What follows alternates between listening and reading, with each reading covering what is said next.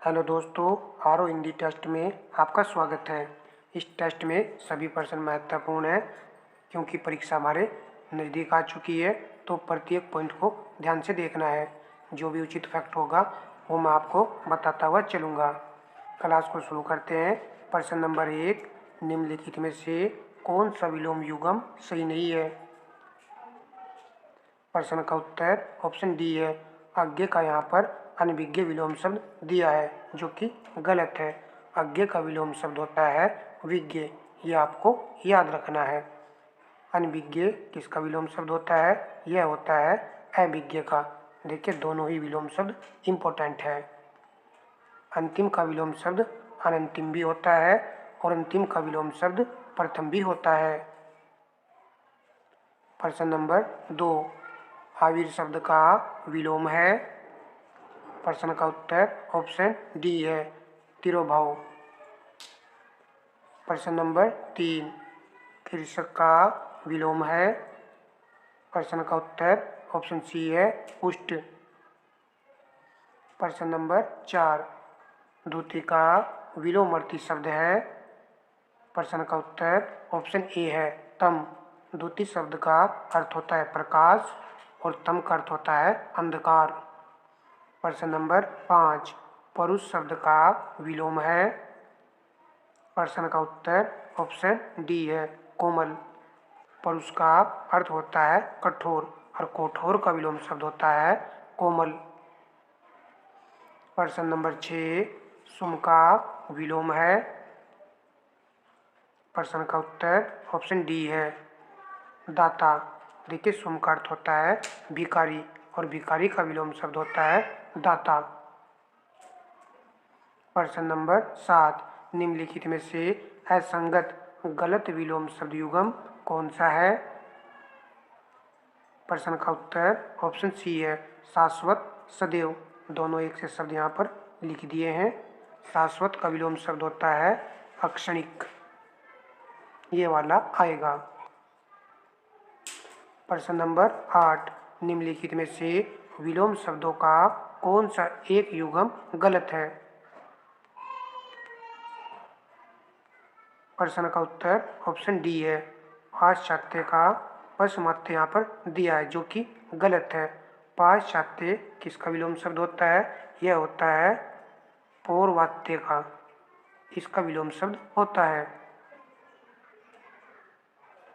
प्रश्न नंबर 9, निम्न में से कौन सा विलोम शब्द सुमेलित नहीं है? प्रश्न का उत्तर ऑप्शन ए है, पौराणिक, प्राचीन। दोनों एक से शब्द हैं। देखिए, पौराणिक का अर्थ भी पुराना होता है और प्राचीन का अर्थ भी पुराना होता है। प्राचीन शब्द का विलोम हम सभी जानते हैं, क्या होता है? नवीन होता है।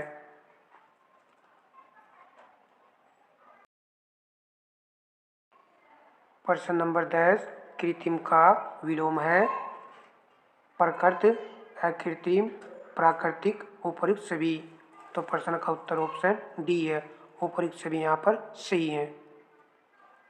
प्रश्न नंबर 11, निम्नलिखित में से कामदेव शब्द का पर्यायवाची शब्द कौन सा नहीं है? प्रश्न का उत्तर ऑप्शन बी है, कामपाल। जबकि रीतिनाथ, कामंग, अनंग ये सभी कामदेव के पर्यायवाची शब्द है। प्रश्न नंबर 12, फूल का पर्यायवाची चिन्हित कीजिए। प्रश्न का उत्तर ऑप्शन डी है, परसून। मुकुल किसका पर्यायवाची शब्द होता है? कली का। प्रश्न नंबर 13, कमल के फूल पर भौरे मंडराते हैं, वाक्य के रेखांकित शब्द का पर्यायवाची नहीं है। प्रश्न का उत्तर ऑप्शन सी है, जलज। जबकि अन्य से भी यहाँ पर भौरे के पर्यायवाची शब्द लिखे हुए हैं।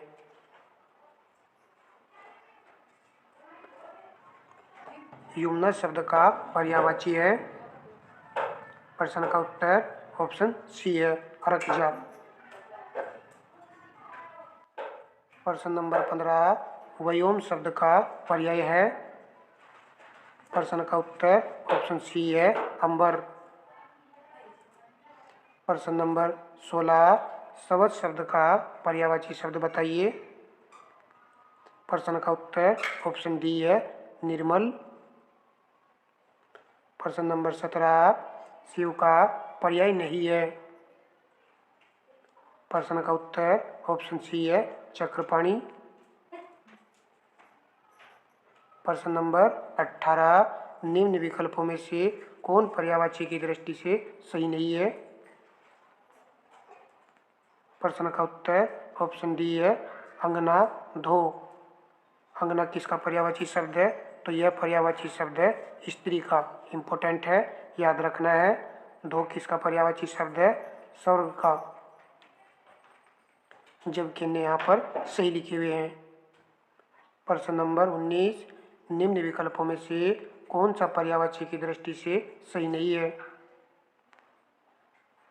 प्रश्न का उत्तर ऑप्शन ए है सीखी मिलिंद। यह पर्यायवाची की दृष्टि से सही नहीं है। सीखी किसका विलोम शब्द होता है? यह होता है मोर का। और मिलिंद किसका पर्यायवाची है? 65 में आया है बर्मर का। बर्मर भंवरे का पर्यायवाची शब्द है। प्रश्न नंबर 20 द्रुमनी किसका पर्यायवाची शब्द है? इम्पोर्टेंट है ये। प्रश्न का उत्तर ऑप्शन ए है जंगल का। देखिए जंगल के बहुत सारे पर्यायवाची हमने पढ़े हैं, परंतु यहाँ पर इसको याद रखना है कि द्रुमनी जंगल का पर्यायवाची शब्द है। प्रश्न नंबर 21 वाक्यांश के लिए एक शब्द की दृष्टि से कौन सा विकल्प सही नहीं है। प्रश्न का उत्तर ऑप्शन बी है लाल रंग का कमल पुष्प पुंडरीक। देखिए लाल रंग के स्थान पर आपको सफेद रंग का कमल पुष्प के लिए एक शब्द होता है पुंडरीक। जबकि यहाँ पर सही लिखे हुए हैं जिस नायिका की मुस्कान सुंदर हो उसके लिए एक शब्द होता है सुस्मिता। अर्धरात्रि का समय निशीथ कहलाता है। तारों भरी रात के लिए एक शब्द होता है विभावरी। सभी इम्पोर्टेंट पॉइंट हैं। प्रश्न नंबर 22 वह स्त्री जिसके मूछ दाढ़ी निकली हो वाक्यांश के लिए एक शब्द है। प्रश्न का उत्तर ऑप्शन डी है ऋषभि। इसके लिए एक शब्द आएगा, याद रखना आपको ऋषभि। प्रश्न नंबर 23 जिसे बुलाया न गया हो वाक्य के लिए प्रयुक्त होने वाला शब्द है। तो इसके लिए एक शब्द होता है अनाहुत। ऑप्शन सी आपका राइट उत्तर है। जिसका ज्ञान इंद्रिय द्वारा न हो के लिए दिए गए शब्दों में से सही है। प्रश्न का उत्तर ऑप्शन बी है अतीन्द्रिय। जितेंद्रिय शब्द किसके लिए आता है? जिसने इंद्रियों को जीत लिया हो उसके लिए एक शब्द है। तो यहाँ पर आपको याद रखना है वाक्य में लगा मिलेगा आपको जीत। इंद्रियों को जीत लिया हो तो उसके लिए एक शब्द आएगा जितेंद्रिय। चलिए प्रश्न नंबर 25 अव्यक्त शब्द के लिए प्रयुक्त एक वाक्य है। प्रश्न का उत्तर ऑप्शन बी है जिसे व्यक्त न किया जा सके। प्रश्न नंबर 26 नीले रंग का कमल के लिए दिए गए शब्दों में से कौन सा शब्द सही है? इंदिवर, नीलाभ, पुंडरीक, नीलाक्ष। देखिए पुंडरीक तो अभी आया है, किसके लिए आया शब्द? यह आया था सफ़ेद रंग के कमल के लिए। नीले रंग के कमल के लिए शब्द आएगा इंदिवर। तो आपको याद रखना है कि नीला रंग का कमल के लिए एक शब्द होगा इंदिवर। प्रश्न नंबर 27 मंदिर पीने का प्याला के लिए एक शब्द है। इसके लिए एक शब्द होता है ऑप्शन डी वाला चषक। 66 कोण वाला आपको याद रखना है। जिसमें जानने की इच्छा हो के लिए एक शब्द है। प्रश्न का उत्तर ऑप्शन डी है जिज्ञासु। प्रश्न नंबर 29 झगड़ा लगाने वाला मनुष्य एक शब्द में कहा जाता है। तो इसके लिए एक शब्द होता है नारद। ऑप्शन डी आपका राइट उत्तर है। प्रश्न नंबर 30, जिसके हृदय में ममता नहीं है, लिए गए उपयुक्त शब्द है। इसके लिए उपयुक्त शब्द है निर्मम। ऑप्शन सी आपका राइट उत्तर है। प्रश्न नंबर 31, निम्नलिखित में से कौन सा शब्द तत्सम नहीं है। कल वाले सेट में आया था कीटक, यह तत्सम शब्द है। कुंभकार भी तत्सम शब्द है। कपाट भी तत्सम शब्द है। प्रश्न का उत्तर ऑप्शन सी है कुची। कुची एक तद्भव शब्द है, इसका तत्सम होता है कुचिका। क्या होता है? कुचिका। प्रश्न नंबर 32, कौन सा शब्द तत्सम नहीं है। प्रश्न का उत्तर ऑप्शन सी है पाहुना। यह एक तद्भव शब्द है, जबकि अन्य यहाँ पर तत्सम शब्द है। पीटक को याद रखना है कि तत्सम शब्द है। प्रश्न नंबर 33, निम्नलिखित शब्दों में से तत्सम शब्द है। गलत नहीं होना चाहिए। प्रश्न का उत्तर ऑप्शन डी है यौवन। देखिए 70% चांस होते हैं कि यह वाला तत्सम शब्द है और यह वाला तद्भव शब्द होता है। प्रश्न नंबर 34, बारात का तत्सम रूप है। प्रश्न का उत्तर ऑप्शन डी है वर यात्रा। प्रश्न नंबर 35, साखी का मूल तत्सम शब्द क्या है। प्रश्न का उत्तर ऑप्शन बी है साक्षी। देखिए ख के स्थान पर यह वाला शब्द आ जाता है अक्षय 6। प्रश्न नंबर 36, इनमें से ज्येष्ठ का तद्भव रूप कौन सा है। प्रश्न का उत्तर ऑप्शन डी है जेठ। प्रश्न नंबर 37, निम्नलिखित शब्द युग्मों में से तद्भव तत्सम का सर्वोत्तम शब्द युग्म है। पहले वाला तद्भव होना चाहिए और बाद वाला तत्सम शब्द। प्रश्न का उत्तर ऑप्शन डी है जीव का तत्सम होता है जीवा। देखिए अन्य यहाँ पर त्रुटिपूर्ण लिखे हुए हैं। यहाँ पर होना चाहिए था ये वाला लोहार, इसका तत्सम होता है लोहकार। और सी वाले को देखिए इम्पोर्टेंट है, सरसों यहाँ पर सही लिखा हुआ है परंतु इसका तत्सम शब्द यहाँ पर गलत लिखा हुआ है। इसका तत्सम शब्द ये बनेगा सर सब। देखिए दोनों में क्या डिफरेंस है देख लीजिए, केवल मात्रा का यहाँ पर डिफरेंस है। देखिए इस वक्त आपको जो भी आपने नोट्स बना रखे हैं उनका आप रिवाइज करें, शुद्ध अशुद्ध को ध्यान से लगाएं। देखिए शुद्ध अशुद्ध हमारे लिए प्लस पॉइंट हो सकते हैं एग्जाम में, तो आप जो है जो भी मटेरियल आपके पास है उसे लगाएं। प्रश्न नंबर 38, कौन सा शब्द युग्म तत्सम की दृष्टि से अशुद्ध है। प्रश्न का उत्तर ऑप्शन बी है वत्स। परक यहाँ पर दिया गया है जो कि गलत है। वत्स किसका तत्सम शब्द होता है बेटे का, और परक तद्भव शब्द है और इसका तत्सम होता है परीक्षा। ये आएगा। पिछले सेट में ये प्रश्न अलग अलग तरीके से पूछे गए थे। प्रश्न 2 शब्द हमारे सामने रिपीट हो रहे हैं तो एक अच्छे से हम तैयारी में हैं। प्रश्न नंबर 39, तद्भव तत्सम की दृष्टि से कौन सा विकल्प सही नहीं है। प्रश्न का उत्तर ऑप्शन सी है नेहर का यहाँ पर श्रुति ग्रह दिया गया है जो कि गलत है। नेहर का तत्सम होता है देख लीजिए, तो नेहर का तत्सम आएगा ज्ञात गृह, ये वाला आएगा। प्रश्न नंबर 40 लगाते हैं। पड़ोसी शब्द का तत्सम शब्द है कौन से वाला यहाँ पर आएगा, सी और डी में आंसर है। प्रश्न का उत्तर ऑप्शन सी है प्रतिवेशी। देखिए इम्पोर्टेंट है। प्रश्न नंबर 41, निम्नलिखित में से अशुद्ध वाक्य की पहचान कीजिए। मेरा आग्रह है कि आप मेरे घर आने का कष्ट करें। दूसरे वाक्य को देखते हैं। रूपवती राधा बहुत सुंदर है। देखिए ये वाला वाक्य यहाँ पर अशुद्ध है। यहाँ पर रूपवती भी दिया गया है और बहुत सुंदर भी दिया गया है। इसमें से आपको बहुत सुंदर हटा देना है और राधा के बाद में रूपवती शब्द को यहाँ पर लगाना है। राधा रूपवती है, तो ये करेक्ट हो जाएगा। इस वक्त हमारा वाक्य भी अशुद्ध है और यही प्रश्न का उत्तर है। अन्य से भी यहाँ पर शुद्ध लिखे हुए हैं, आप वीडियो को रोक करके पढ़ सकते हो।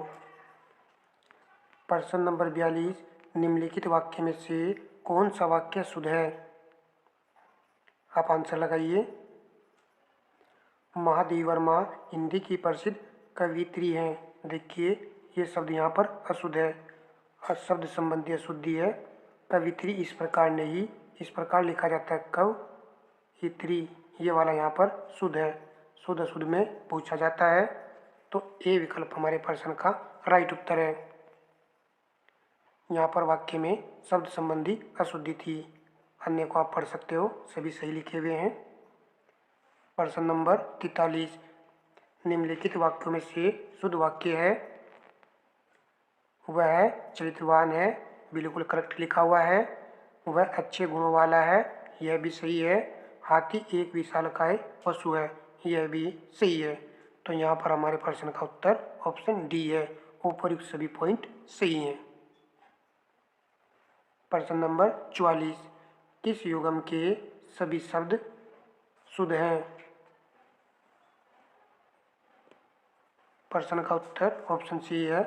याज्ञ, वल्क्य, युधिष्ठिर, योगीराज, मैथिली, शरण, तो यहाँ पर सभी शुद्ध लिखे हुए हैं। अन्य में कोई ना कोई अशुद्धि है। डी को देख लीजिए, यहाँ पर मनहर लिखा हुआ, मनहर नहीं होता है, मनोहर होता है। चलिए प्रश्न नंबर लगाइए आप 45, निम्नलिखित शब्द युग्मों में से अशुद्ध शुद्ध शब्द की दृष्टि से कौन सा युग्म सही नहीं है? प्रश्न का उत्तर ऑप्शन बी है। बाकायदा का वकायदा लिखा हुआ है, जो कि गलत है। बाकायदा का शुद्ध रूप हमें बताना था, तो यह आएगा बाकायदा, ही आएगा। बाकायदा हम बोलते हैं तो वो अशुद्ध बोलते हैं, शुद्ध शब्द होता है बाकायदा। जबकि यहाँ पर बांझ का शुद्ध रूप ये वाला होता है बांझ। बाली का शुद्ध रूप बाली आएगा, ये वाला। बंजारन का बंजारिन शुद्ध रूप है। चलिए प्रश्न नंबर 46, निम्नलिखित में से कौन सा शब्द अशुद्ध है? प्रश्न का उत्तर ऑप्शन ए है, आजीविका। देखिए ये गलत लिखा हुआ है, ये शब्द होता है आजीविका, ये वाला यहाँ पर करेक्ट है। जबकि अतिशोक्ति, अनभिज्ञ, अनसुईया शुद्ध लिखा हुआ है। प्रश्न नंबर 47, निम्नलिखित में से अशुद्ध शब्द का चयन कीजिए। प्रश्न का उत्तर ऑप्शन बी है, अभयारण्य, ये अशुद्ध है। इसका शुद्ध रूप होता है अभयारण्य, ये वाला आएगा। यहाँ पर पूरा कंप्लीट भय आएगा। प्रश्न नंबर 48, निम्नलिखित में से शुद्ध वाक्य कौन सा है? गलत नहीं होना चाहिए। प्रश्न का उत्तर ऑप्शन डी है, माँ ने उसको आशीर्वाद दिया, ये वाला आशीर्वाद यहाँ पर शुद्ध लिखा हुआ है। अन्य सभी में अशुद्धि है। यहाँ पर भी आशीर्वाद गलत है, यहाँ पर भी और यहाँ पर भी। तो यहाँ पर शब्द संबंधी अशुद्धि थी इस वाक्य में, तो इसलिए शब्द हमको सही से पता होना चाहिए। देखिए वीडियो को अभी तक दोस्तों यदि आपने लाइक नहीं किया तो प्लीज़ आपसे रिक्वेस्ट है कि वीडियो को लाइक एंड शेयर अवश्य कर दीजिएगा। प्रश्न नंबर 49, निम्नलिखित शब्दों में से कौन सा युग्म शुद्ध नहीं है? प्रश्न का उत्तर ऑप्शन सी है, कलश, और बाद में लिखा गया है कलश, ये वाला कलश नहीं आएगा। जबकि अन्य सभी अपने दोहरे रूप में शुद्ध लिखे हुए हैं। देखिए प्रश्न थोड़ा सा कन्फ्यूजन वाला होता है। चलिए एक आध प्रश्न ऐसा देखने को एग्जाम में मिल जाता है। प्रश्न नंबर 50, निम्नलिखित में से अशुद्ध शब्द की पहचान कीजिए। प्रश्न का उत्तर ऑप्शन ए है सूबेदार अशुद्ध लिखा हुआ है, जबकि इसका शुद्ध रूप ऑप्शन बी में सही है, सूबेदार। प्रश्न का उत्तर ऑप्शन ए है। प्रश्न नंबर 51, निम्नलिखित में से कौन सा शब्द विशेष्य तथा विशेषण दोनों है? प्रश्न का उत्तर ऑप्शन ए है अंकित। देखिए, अंकित किसी का नाम हो सकता है, तो इसलिए यह एक विशेष्य शब्द है। यदि हम अंकित शब्द को देखें तो यह किस शब्द का विशेषण है? अंक शब्द का विशेषण है। तो इस प्रकार अंकित विशेष्य और विशेषण दोनों है। एक शब्द पिछले सेट में आया होगा जो हमने पहले करा था, पांडु, यह भी विशेष्य विशेषण दोनों है। अब हम नेक्स्ट प्रश्न लगाते हैं। प्रश्न नंबर 52, निम्नलिखित में से कौन सा शब्द विशेष्य है? एक शब्द यहाँ पर विशेष्य है, अन्य शब्द विशेषण है। देखिए, महत्तर में तर लगा हुआ है और महत्तर में तम लगा हुआ है। ये तो स्पष्ट नजर आ रहे हैं कि विशेषण शब्द है। ए और सी में आंसर है। प्रश्न का उत्तर ऑप्शन सी है महत्व। यह शब्द विशेष्य है, जबकि महत विशेषण शब्द है। तो सी वाले को याद रखना है कि यह एक विशेष्य शब्द है। प्रश्न नंबर 53, वह इतना ईमानदार है कि ऐसा गलत कार्य नहीं कर सकता। इस वाक्य में प्रयुक्त परिमाणवाचक विशेषण शब्द है। प्रश्न का उत्तर ऑप्शन सी है इतना। यह क्या शब्द है? परिमाणवाचक विशेषण है। प्रश्न नंबर 54, दुबला आदमी अनुचित बात पर शांत रहा। इस वाक्य में कितने विशेष्य तथा विशेषण प्रयुक्त हुए हैं? आंसर आप लगाइए। प्रश्न का उत्तर ऑप्शन बी है। यहाँ पर एक विशेष्य और तीन विशेषण है। आदमी विशेष्य शब्द है, जबकि दुबला विशेषण शब्द है, अनुचित भी विशेषण शब्द है और शांत भी विशेषण शब्द है। चलिए, प्रश्न नंबर 55, गाढ़ा शब्द विशेषण की दृष्टि से है, तो यह गुणवाचक विशेषण है। वाक्य में प्रयोग करके आप इसको देख सकते हो। प्रश्न नंबर 56, निम्नलिखित में से कौन अविकारी विशेषण है? इंपॉर्टेंट प्रश्न है, गलत नहीं होना चाहिए। प्रश्न का उत्तर ऑप्शन डी है भारी। यहाँ पर अविकारी शब्द लगा हुआ है विशेषण के आगे। अविकारी शब्द कौन से होते हैं? जो अव्यय शब्द होते हैं। तो भारी हमारा अव्यय शब्द के अंतर्गत आएगा। देखिए, रूप परिवर्तन के आधार पर विशेषण के भेद दो होते हैं। क्या पता पूछ ले। पहला होता है विकारी और दूसरा होता है अविकारी विशेषण। तो आपको दोनों याद रखने हैं, जबकि विशेषण के भेद चार होते हैं। प्रश्न नंबर 57, अर्चना और निर्जा बहुत सुंदर है। इस वाक्य में परविशेषण शब्द है। सुंदर आपका विशेषण है और बहुत परविशेषण है। प्रश्न का उत्तर ऑप्शन डी है। प्रश्न नंबर 58, 60 लीटर दूध बहुत होता है, जरा सा नहीं। इस वाक्य में कितने विशेषण प्रयुक्त हुए हैं? प्रश्न का उत्तर ऑप्शन बी है, तीन विशेषण यहाँ पर प्रयुक्त हुए हैं। लीटर के आगे 60 लिखा हुआ है, विशेषण शब्द है। बहुत विशेषण शब्द है, जरा सा विशेषण शब्द है। तो इस प्रकार इस वाक्य में तीन विशेषण हैं। नेक्स्ट प्रश्न लगाते हैं। ग्रामीण शब्द विशेषण की दृष्टि से है। प्रश्न का उत्तर ऑप्शन बी है, गुणवाचक विशेषण है। प्रश्न नंबर 60, निश्चित संख्यावाचक विशेषण के अंतर्गत निम्नलिखित में से कौन सा शब्द कर्मवाचक विशेषण है? प्रश्न का उत्तर ऑप्शन डी है। पहला, देखिए पहला, दूसरा, तीसरा ये सभी शब्द कर्मवाचक विशेषण के अंतर्गत आते हैं। 60% लगाए हैं।